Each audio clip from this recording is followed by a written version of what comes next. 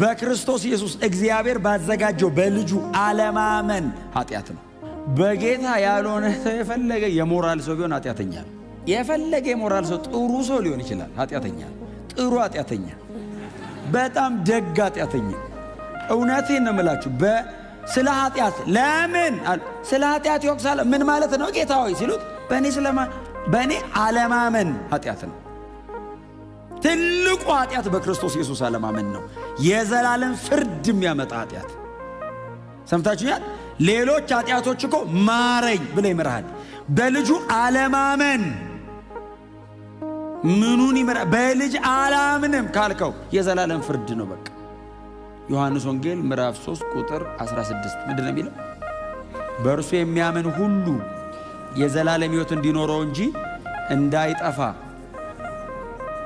እግዚአብሔር አንድያ ልጁን እስኪሰጥ ድረስ ዓለሙን እንዲሁ እንዳይጠፋ ካላመነስ በልጁ ተፈርዶ በአንድ ልጁ አላመነምና ተፈርዶበታል። አሁን ነው የሚለው። ባላመነ ሰዓት ላይ ከፍርድ በታች ነው። ስታምን ነው ነፃ የምትወጣው። መንፈስ ቅዱስ ይወቅሳል፣ ወቃሽ ነው፣ ይወቅሳል። ስለምንድን ነው የሚወቅሰው? ዓለምን ስለ ኃጢአት፣ በእኔ ስላለማመን። መንፈስ ቅዱስ በእናንተ ሆኖ ዓለምን ይወቅሳል። በእናንተ ውስጥ አድሮ በክርስቶስ ኢየሱስ አለማመን ከእግዚአብሔር ቁጣ በታች ይጥላል እያለ መንፈስ ቅዱስ በእናንተ በኩል ወደ ዓለም ይወቅሳል።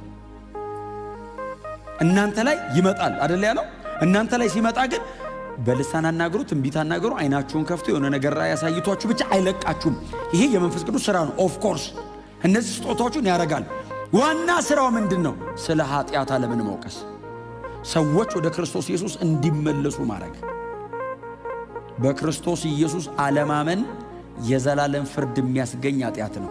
በጣም አጠንክሬ ነው የምነግራችሁ።